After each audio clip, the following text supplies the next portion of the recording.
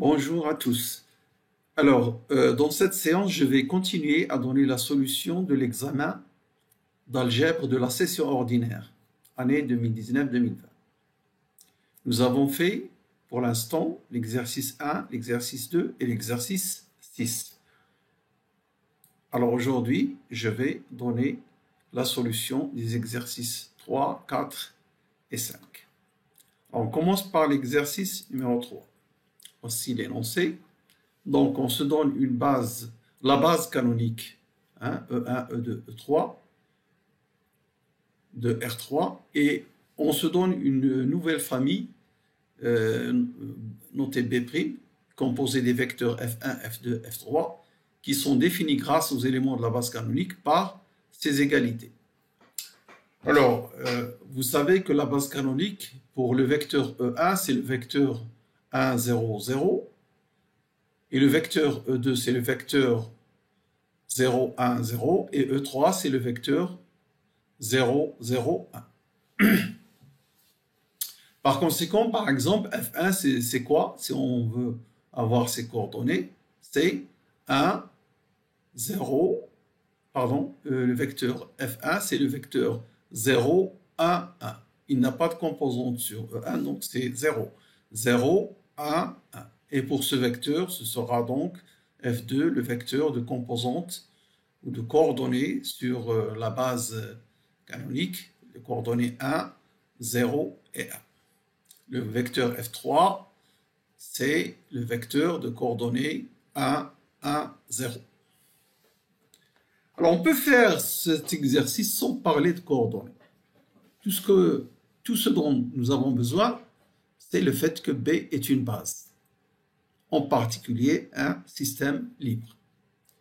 Alors justement, dans la question numéro 1, on nous demande de montrer que la famille B' est une base. Alors on sait, d'après le cours, que lorsque vous avez une famille de vecteurs qui a le même nombre que la dimension de l'espace où vous êtes, ici R3, B' est dans R3, dimension égale 3, nombre de vecteurs 3. Donc il suffit de montrer que B' est une famille libre. Pour cela, nous avons appris comment faire. Donc on prend des scalaires, des réels quelconques qui vérifient cette équation alpha F1 plus bêta F2 plus gamma F3 égale 0. Alors le 0 ici en gras, c'est le triplet 0, 0, 0, c'est-à-dire l'élément neutre de l'addition. Alors si on a cette égalité, il faut montrer que nécessairement alpha, bêta, gamma sont égaux à 0. Alors, cette égalité équivaut à, alors si je remplace F1 par sa valeur, F2 également et F3, c'est équivaut à ça. C'est équivalent à ça. Ensuite, grâce aux opérations et de propriétés d'espace vectoriel, je peux transformer cette écriture en mettant des scalaires en fonction des vecteurs E1, E2, E3. Donc ce sera, alors les vecteurs E1, où est-ce qu'il est? Ici, bêta E1 plus gamma E1, donc ce qui donne bêta plus gamma E1. Pour le vecteur E2, on le retrouve ici et là, donc c'est alpha E2 plus gamma E2, alpha plus gamma E2. Et pour E3 également, on retrouve alpha plus bêta E3. Alors, on a ici une combinaison linéaire des vecteurs E1, E2, E3 par des scalaires qui sont bêta plus gamma, alpha plus bêta. Or, E1, E2, E3 est une base. C'est la base canonique. En particulier, c'est un système libre. Donc, dès qu'on a une écriture, une combinaison linéaire qui est nulle, tous les scalaires qui interviennent dans cette combinaison linéaire sont nuls. Par conséquent, nous avons ces équations. Alors, il reste à résoudre ça. Donc, on a dit parce que B est une base. Donc, ça, c'est un système libre, le E1, E2, E3. Et donc, on a forcément ces égalités. Alors, pour le résoudre, c'est très facile. Par exemple, vous prenez par exemple les deux premières équations. Si vous faites la soustraction, vous trouvez, alors gamma moins gamma qui va s'éliminer, et vous trouvez bêta moins alpha égale 0. Donc, bêta égale alpha. Si vous prenez les deux dernières équations et vous faites la soustraction, alpha moins alpha s'élimine et vous trouvez gamma moins bêta égale 0. Ainsi, vous avez alpha égale bêta et bêta égale gamma, c'est-à-dire tout le monde égale à lui-même. Tout le monde est égal, ils sont tous égaux. Et par conséquent, vous remplacez par exemple dans la première, 2 bêta égale 0. Dans la deuxième, 2 alpha égale 0. Et gamma égale 0. Tout le monde égale 0 pour ces scalaires. Et donc, ainsi, nous avons obtenu ce que nous voulons. C'est-à-dire, toute combinaison linéaire des vecteurs f1, f2, f3, où s'engagent des scalaires alpha, bêta, gamma, le résultat, une combinaison linéaire nulle. Le résultat, c'est que ces scalaires sont tous nuls. C'est ça, un système linéaire. Deuxième question, trouver la matrice de passage P, B, B'. On va l'appeler tout simplement P pour ne pas... Et pour l'autre, on va l'appeler P'. Donc, la matrice de passage de B à B'. Alors, pour trouver cette matrice de passage, il suffit d'écrire les vecteurs, les composantes des vecteurs de la nouvelle base, c'est-à-dire ici les composantes de F1, ici les composantes de F2 et ici les composantes de F3, en fonction des vecteurs E1, E2, E3. Voilà donc ce que je viens de dire. Donc, F1, voilà ses composantes. 0E1 plus 1E2 plus 1E3. Le vecteur F2, c'est quoi? Par définition, nous avons vu que c'est E1 plus E3, donc c'est 1E1 plus 0E2 plus 1E3. Et le vecteur F3, donc ses composantes sont E1 plus E2 plus 0E3. Donc rappelez-vous, si vous voulez avoir la matrice de passage de la base B vers la base B', mettez les vecteurs de la nouvelle base horizontalement en haut et exprimez leurs composantes respectivement. F1 d'abord, F2 ensuite et F3. Leurs composantes sur l'ancienne base. Voilà comment vous faites. Nous allons voir tout à l'heure pour la matrice de passage inverse, c'est-à-dire de B' vers B. Bien, voilà la matrice de passage. Nous avons écrit en colonne les composantes des vecteurs de B' dans la base B, en fonction des vecteurs de la base B. Troisième question, alors justement, maintenant, trouver la matrice de passage. Alors, on dit que c'est la matrice de passage inverse, de B' à B. Et pourquoi c'est inverse? Parce que, alors je ne sais pas si vous avez étudié les matrices, l'inverse d'une matrice dans ce cours, ou un autre cours avant ce semestre, mais je vais revenir sur ça dans une vidéo, pas pour préparer votre examen, parce que je sais que vous n'avez pas dans le programme cette histoire de matrice inverse, mais pour expliquer comment on obtient l'inverse d'une matrice carrée et quand est-ce que d'abord cette matrice est inversible.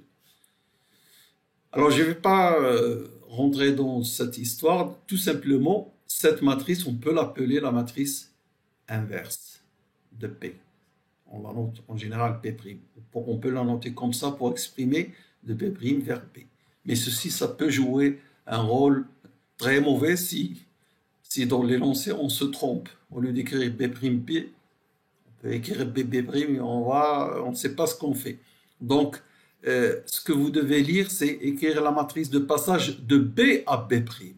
Alors, B, c'est l'ancienne base et B' la nouvelle base. Et vous faites comme ce que je vous ai montré dans ce tableau, ce brouillon, comment on fait pour calculer. Et d'ailleurs, on va le refaire une deuxième fois. Écrire la matrice de passage, cette fois-ci de B' à B. Alors, nous allons voir ça tout de suite. Mais avant, il faut d'abord exprimer les vecteurs E1, E2 en fonction des vecteurs F1, F2, F3. Sinon, on ne peut pas calculer cette matrice de passage. Il y a une autre façon, c'est de trouver l'inverse de P. Mais l'inverse n'est peut-être pas dans votre programme. Je ne suis pas sûr si vous pouvez faire un commentaire et me dire.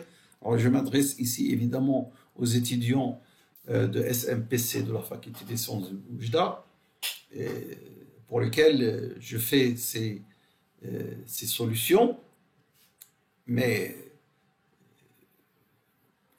en général, ceux qui savent comment faire calcul inverse, j'ai promis de faire une vidéo là-dessus. Vous pouvez tout simplement dire que la matrice, la nouvelle matrice, la matrice de passage de P' à P sera l'inverse de la matrice P que nous avons montrée tout à l'heure. Alors, il faut exprimer, mais ceci c'est bien, ça rentre dans la préparation. Comment inverser les choses pour avoir les E1, E2, E3 en fonction des F1, F2, F3. Voilà ce que nous allons trouver à la fin. Eh bien, nous allons utiliser la méthode de Gauss pour résoudre cette propriété-là. On veut, et là, voici ce qu'on a, nos hypothèses. Et grâce à ça, nous allons arriver à E1 en fonction des FI, E2 en fonction des FI, et E3 en fonction des FI. Donc, voilà le système. Je vais juste changer cette ligne, je vais la mettre en premier lieu et la ligne numéro 2 en deuxième lieu. Et je vais noter ces lignes L1, L2, L3. Le principe de la méthode de Gauss, c'est d'éliminer on peut dire ici les variables, ce sont des vecteurs, E1, E2, E3, les éliminer petit à petit. Donc, dans la deuxième, on élimine E1. Et il n'est déjà pas là. Donc, c'est pourquoi j'ai changé l'ordre, pour avoir, si vous voulez, j'ai gagné une étape. Alors, par contre, ici, j'ai le E1. Alors, comment je fais pour éliminer ce E1 d'ici? Alors, qu'est-ce que je vais faire? Je vais tout simplement faire la soustraction entre la ligne L3 et la ligne L1. Et là, vous allez voir, donc, si je fais la soustraction, E1 moins E1 disparaît. Et il nous reste dans ce premier membre E2 moins E3. Le voilà. Ensuite, n'oubliez pas le deuxième membre, on aura dans le deuxième membre F3 moins F2. Alors, cette opération, qu'est-ce que j'ai dit? J'ai fait L3 moins L1. Alors, cette opération, ce L3 moins L1, c'est lui qui va remplacer la ligne L3. Et donc, il s'appellera dans cette étape L3. Voici la nouvelle ligne L3. J'ai éliminé E1 dans la troisième. Je vais encore éliminer E2 dans la troisième ligne. E2, je vais l'éliminer. Comment je fais? Alors, regardez. J'ai ici E2 plus E3 et j'ai ici E2 moins E3. J'ai deux façons de le faire. Ou bien, je fais la ligne L2 moins la ligne L3 et donc E2 va disparaître. Et j'aurai donc L2 moins L3, je vais avoir E3 moins E3, ce qui donne 2E3. C'est très bien. Hein. Préférable de ne pas avoir un négatif ici. Donc, je vais faire L2 moins L3, c'est elle qui va devenir la ligne L3. Donc, dans ce premier membre, nous avons donc soustrait donc E2 moins E3, pardon, E2 plus E3 moins E1 moins E3. Ça donne 2E3. Et ici, qu'est-ce qu'on va avoir? On va avoir F1 moins F3 moins F2. Attention, F1 moins F3 et moins F2, ça donne plus F2. Ce qui donne, je l'écris ici au milieu, l'ordre d'indexation. Donc F1 plus F2 moins F3. Et j'ai ce 2-là, moi je veux E3. Alors je vais aller à la troisième étape et je vais regrouper tout dans la quatrième étape. Étape 1, étape 2, 3, la quatrième. Ceci est étape 0 si vous voulez. Alors maintenant pour avoir E3, qu'est-ce que je fais? Je vais diviser la ligne L3 par 2. Donc L3 sur 2 devient la ligne L3. Voilà ce que ça donne. E3 égale ceci divisé par 2. Ensuite, si je veux, alors maintenant on doit remonter, on va éliminer E2 et éliminer E3 pour avoir ici, nous allons éliminer E3 dans cette deuxième ligne pour avoir E2 et nous allons éliminer E3 dans la première ligne pour avoir E1. Alors comment je fais à partir de ces deux lignes pour avoir E2 en fonction de F1? Eh bien, ici vous avez 2E3. Alors je vais diviser par 2 et soustraire de la ligne 2. Donc, qu'est-ce que je fais? L2, la ligne L2, je lui soustrais la ligne L3 sur 2. Qu'est-ce que j'ai dit? La ligne L2, je lui soustrais la ligne L3 sur 2. Donc, sur 2, ça fait E3, soustrait de E3, ça donne 0. E3 a disparu. Et qu'est-ce qui reste? E2. Et ici, F1 moins la moitié de ceci. F1 moins la moitié, c'est-à-dire 1 demi de cette expression. Donc ce sera F1 moins 1 demi F1. C'est 1 demi F1. Le voilà, F1 sur 2. Ensuite, F1 moins F2 sur 2. F1, on l'a déjà écrit, donc moins F2 sur 2. Le voilà. Et puis, moins F3 sur 2. Le voilà, voici, nous avons E2. Et je fais la même chose pour la ligne numéro 1. Je lui soustrais la ligne 3, mais divisé par 2. Ce qui fait le E3 va disparaître et je vais avoir E1. Et ici, F2 moins la moitié de cette expression. Donc, F1, il va rester tel quel, F1 sur 2. F1 sur 2. Et F2 moins F2 sur 2, ça fait donc plus F2 sur 2. Ici, donc, je répète, pour F1, nous aurons moins F1 sur 2. Et pour F2, parce qu'on a ici F2 moins F2 sur 2, ça donne plus F2 sur 2. Et ici, moins F3 sur 2, ça donne plus F3 sur 2. Voilà donc les expressions. C'est une méthode très facile pour trouver, si on ne fait pas d'erreur. Alors, je suis sûr que tout le monde ne va pas faire comme ça. On peut tâtonner, etc. Par exemple, soustraire E2 moins 3 est égal à ceci, mais ce n'est pas méthodique. Quand ce n'est pas méthodique, vous ne savez pas si vous allez réussir à trouver le résultat dans 2 minutes, 3 minutes, 5 minutes, voire 1 heure.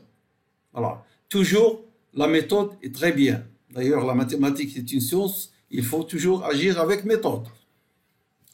Bon, alors ceci dit, nous avons donc les expressions, eh bien, on n'a plus qu'à exprimer E1, donc les vecteurs de la base B ici, donc E1 en fonction des FI, moins 1 demi, plus 1 demi, plus 1 demi. Voilà. Pour E2, qu'est-ce qu'on a composante? 1 demi, moins 1 demi, 1 demi. Donc 1 demi, moins 1 demi, 1 demi. Et pour E3, ce sera donc 1 demi F1, 1 demi F2, donc 1 demi, 1 demi. Et le dernier, moins 1 demi F3, donc ça donne ici moins 1 demi. Alors ici, nous avons une matrice où dans chaque position, il y a le 1 demi en facteur. Vous pouvez le factoriser. 1 demi que multiplie donc la matrice qui reste en factorisant le 1 demi. Attention, la factorisation de matrice, un élément, on peut factoriser un élément à l'intérieur d'une matrice lorsqu'il est en facteur de chaque élément dans chaque position. C'est pas comme dans les déterminants. Dans les déterminants, si vous avez un demi en facteur dans une colonne, vous pouvez le factoriser, ou bien dans une ligne. Alors ça aussi, je vais faire prochainement une vidéo, pas très prochainement, sur cette histoire de multiplication des matrices, calcul des déterminants, d'ordre 2, d'ordre 3, au moins pour les sections SMPC, c'est ça qui est important, savoir calculer le déterminant, et puis comment calculer l'inverse d'une matrice, une matrice qui est inversible, par deux méthodes, dont la méthode de la comatrice. Alors voilà donc cet exercice est terminé et nous allons passer à l'exercice 4.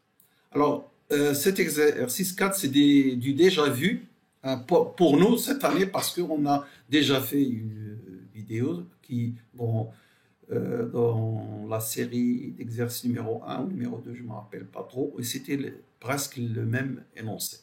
Alors on se donne. Dans le repère rapporté au repère orthonomique, vous voyez qu'ici la base canonique est annotée par IJK. Alors ces vecteurs, on met les flèches ou on ne met pas, on sait ce que ça veut dire un vecteur. Bon, alors on considère les points de coordonnées que vous voyez ici, soit M, un point quelconque de R3, montrer que on a cette relation.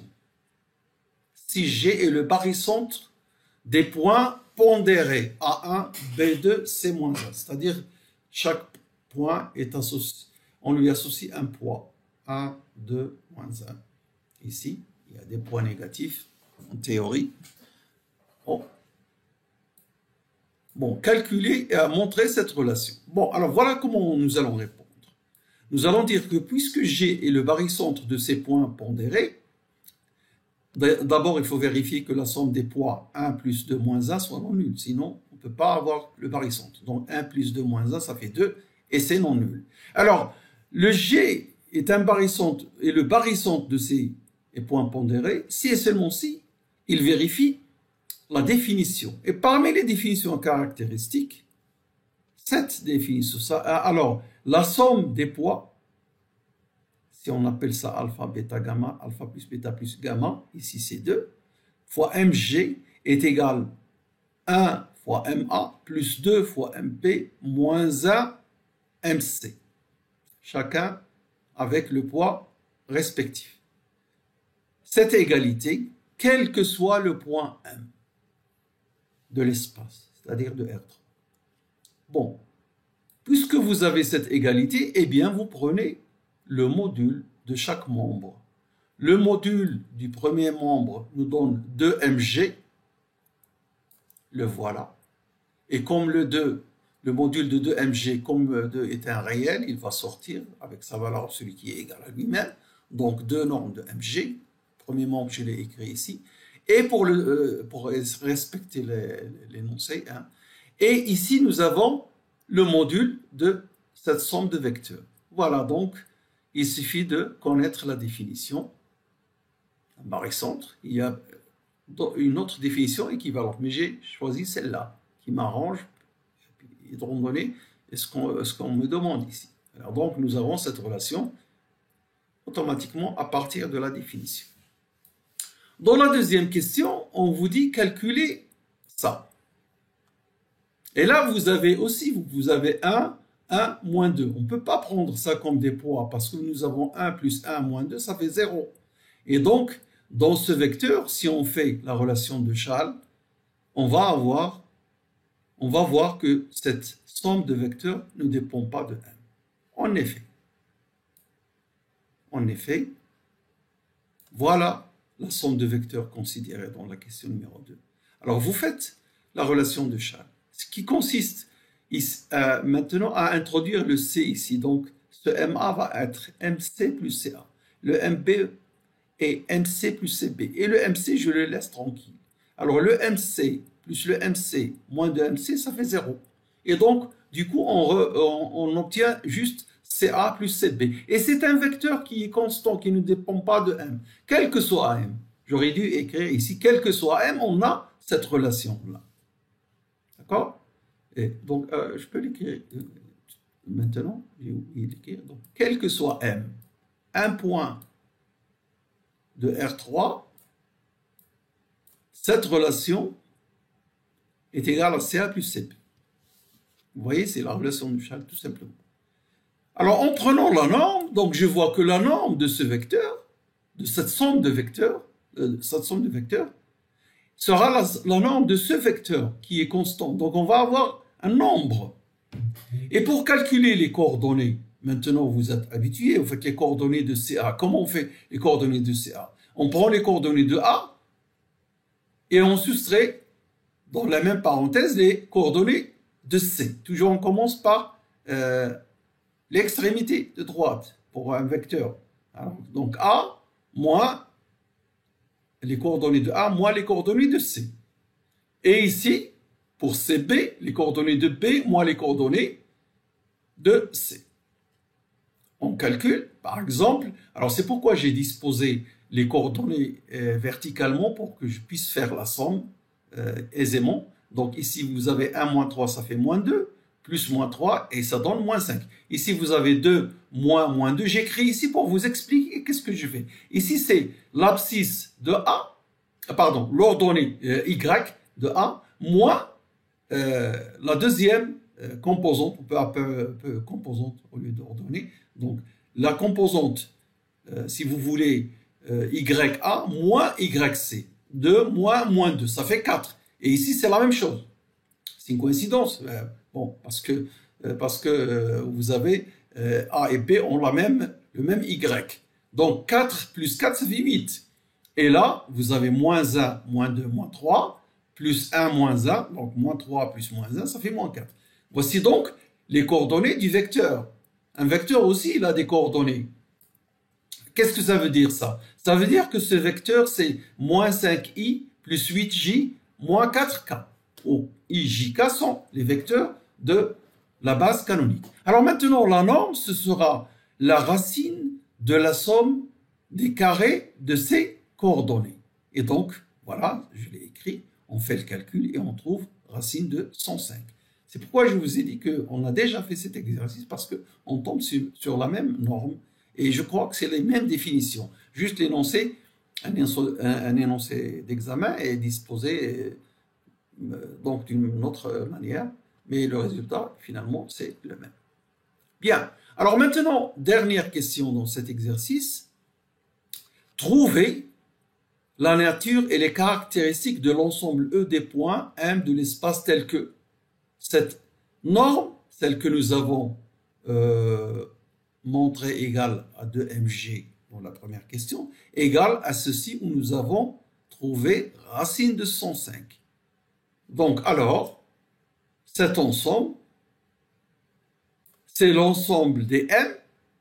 La première norme, nous avons dit, c'est 2gm, donc le 2 est égal à la deuxième, qui est racine de 105. Donc le 2, je vais le faire passer de l'autre côté en divisant. Et donc M, c'est l'ensemble des points, E est l'ensemble des points M tels que Gm. Alors j'avais Mg, mais la norme de Mg et de Gm, c'est la même chose. Donc je peux écrire Gm. La norme de Gm est égale à racine de 105 sur 2. Qu'est-ce que ça veut dire la norme de Gm? Ça veut dire la distance de G à M. Ce sont les points M qui sont équidistants à G, à une distance égale racine de 105 sur 2. Dans l'espace, ceci, c'est un cercle, c'est une sphère de rayon racine de 105 sur 2 et centre G. Alors, je n'ai pas calculé les coordonnées de G, mais vous pouvez les calculer facilement. Je vais vous montrer comment faire. Et donc, c'est la sphère, pardon. Si c'était dans le plan, ce serait le cercle. Mais dans l'espace, on travaille dans l'espace R3. Donc, c'est la sphère de centre G et de rayon racine de 105 sur 2. Alors, pour calculer les coordonnées de G, si vous voulez le faire, dans cette relation caractéristique du barycentre, qu'est-ce que j'ai dit tout à l'heure? Alors, cette relation, voilà, celle-ci.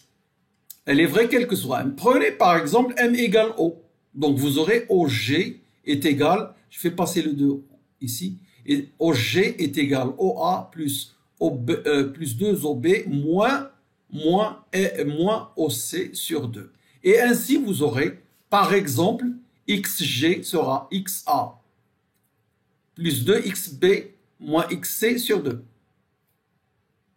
Pour YG est égal YA plus 2YB moins YC sur 2 et ainsi de suite pour YC, pour ZG également ce sera ZA plus 2ZB moins ZC sur 2. Je vous laisse le faire si vous voulez. Très bien, alors ceci termine l'exercice numéro 4 et maintenant nous abordons l'exercice numéro 5 sur les complexes. Alors, on se donne une équation du second degré, E, voilà, c'est du second degré. Trouvez les racines carrées du complexe delta. 0.3 plus delta. Voilà. Alors, on va trouver les racines. Donc, si x plus iy, un complexe quelconque inconnu, est une racine de delta, ça veut dire que son carré est égal à delta. Mais son carré, d'abord, si on effectue le calcul, c'est le carré de x plus le carré de y, qui est moins y2, plus le double produit 2i, 2i, xy. Ceci est égal à ça. Très bien. Mais puisqu'on a cette égalité, la norme de cet élément, quelle est la norme de x plus y? C'est quoi? C'est racine de x2 plus y, racine de x2 plus y2. Mais le carré va avoir donc la racine de x2 plus y2 au carré, c'est-à-dire x2 plus y2. Donc c'est égal à la norme de cet élément. mais aussi est égal, puisqu'il y a égalité, à la norme de ce vecteur, delta, appelé delta par l'énoncé. Ce n'est pas par hasard, parce que ici vous aurez besoin d'un discriminant. Et tout laisse penser que ce delta sera le discriminant de cette équation. Donc si dans les calculs vous trouvez votre discriminant différent de ça, vous allez vous poser des questions. Alors j'ai dit que la norme ici, c'est x2 plus y2 égale à la norme de ça, et c'est racine de 9 plus 16, puisqu'on a ici moins 3 et 4 comme coordonnées. Racine de 9 plus 16 égale racine de 25, donc on a x2 plus y2 égale 5. Et ceci nous donne trois équations. La première, c'est x2 plus y2. Alors, et le x2 moins y2 égale... quand on a deux complexes égaux, alors, partie réelle égale partie réelle. Partie imaginaire égale partie imaginaire. Donc, x2 moins y2 est égal à moins 3. Partie réelle de cette grand delta. Voilà, je l'écris. La partie imaginaire 2xy égale à la partie imaginaire ici, 4. La voici. Ce qui donne un, on peut dire, je n'ai pas simplifié parce que je voulais vous laisser voir exactement ce qu'on a, situation que l'on a. Donc cette équation vous donne ceci. Et la dernière équation, c'est la norme de ce vecteur égale la norme de delta, 5. Donc vous avez x2 plus y2 égale 5. Assez d'équations pour pouvoir trouver les solutions. Et ce n'est pas unique. Racine carrée, si z est une racine, moins z aussi. D'ailleurs, on va trouver deux racines. Alors, comment résoudre ce système? Là, je trouve x2 moins y2 égale moins 3, x2 plus y2 égale 5. Je pense à ajouter l'équation 5 à l'équation 7. Pour avoir le moins y2 qui s'élimine, j'aurai 2x2 égale 5 moins 3 égale à 2. D'ailleurs, je l'écris ici. Les équations 5 et 7, en les additionnant, entraînent 2x2 égale 2. Ce qui donne x2 égale 1. Deux possibilités pour x égale 1 ou x égale moins 1. Et après, je vais remplacer dans l'équation 6 que je n'ai pas utilisée pour l'instant. Alors, l'équation 6 nous permet d'avoir, alors si x égale 1, on remplace, alors y égale 2. Nous permet d'avoir y2 si x égale 1. Et si x égale moins 1, nous aurons y égale moins 2. Ainsi, nous avons trouvé les racines. Premièrement, correspondant à cette situation, x égale 1, y égale 2, voilà, c'est delta 1. Et l'autre, comme j'ai dit tout à l'heure, l'opposé sera une racine, delta 2 égale moins delta 1, égale moins 1, moins 2. Voilà. Alors maintenant, dans la deuxième question, on nous demande de résoudre l'équation. Et évidemment, comme c'est une équation du second degré dans C, on l'aborde comme on fait pour les réels. Nous allons calculer le discriminant et avoir les racines. Alors si par exemple, vous appelez les coefficients ici A, B, C, qu'est-ce que c'est que le delta? C'est B au carré moins 4 AC. Alors ce qui donne ici delta, alors le B c'est moins cette parenthèse, mais le carré c'est le même pour un élément en son opposé. Donc le carré ici de moins b au carré, c'est 3 plus 4i au carré. Moins 4 fois le a égale 1, et le c est égal à ceci. Donc moins 4, cette expression. Alors quand vous faites un carré, faites bien attention aux erreurs. Parce que ici le carré, ici vous avez un 4i. Son carré c'est moins 16 et non pas 16. Donc 9, le carré de 3, plus le carré de 4i moins 16. Et le double produit, c'est 3 fois 4. 12 fois 2, donc ça fait 24i. Et pour cette expression, faites bien attention. L'ennemi des étudiants dans un examen, ce sont les petites erreurs comme ça. On oublie à multiplier avec la précipitation, on peut mettre 4 au lieu de moins 4. Donc moins, ça fait 4. Quand je parle de ça, ce que je fais moi-même des erreurs quand je fais des calculs, ça m'arrive souvent. Et bien sûr, ça arrive à tout le monde. Ce qu'il faut se concentrer et faire moins d'erreurs. Alors, moins 4 fois 5i, ça donne moins 20i. Faites la somme maintenant. Alors, pour la partie réelle, 9 moins 16 plus 4, ça fait 13 moins 16, moins 3. Et puis, 24i moins 20i, ça fait 4i. Voilà le delta. Et ce n'est pas par hasard que l'on tombe sur le delta qui est donné dans l'énoncé. Regardez, c'est le même. Et nous connaissons déjà ces racines. Et donc, les solutions seront données facilement. Voilà. D'après la question précédente, les racines du delta sont delta 1 et son opposé, évidemment. Alors là, les racines d'une équation, grâce à ce que nous savons sur les deltas, si les coefficients de l'équation sont A, AZ2 plus BZ plus C égale 0, donc ici c'est quoi? Moins B plus racine de delta, notons une racine delta 1, donc moins B c'est 3 plus 4i, plus la première racine delta 1 sur 2, et la même chose, ce moins B3 plus 4i, plus la deuxième racine, plus la deuxième, pardon, ça c'est pour Z1, donc voilà, je remplace delta, on a ceci, d'accord? On fait le calcul, on trouve 2 plus 3i.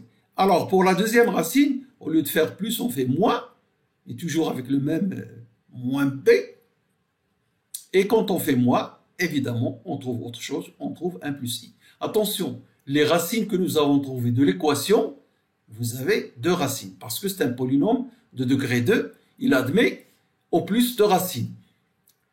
Et elles ne sont pas conjuguées, ces deux racines, parce que ce polynôme de degré 2 n'est pas un polynôme à coefficient réel. Je vous ai dit dans une vidéo précédente, s'il est à coefficient réel, si Z1 est une racine, son conjugué également est une racine. Si elle est réelle, évidemment, c'est elle-même la conjuguée d'elle-même. Par conséquent, nous avons calculé les racines. Voilà, pour cette question, c'est terminé. Alors, on passe à la question numéro 4, qui n'a rien à voir avec... Alors, 3 et 4 sont indépendants de 1 et 2. On aurait pu faire un autre exercice avec 3 et 4.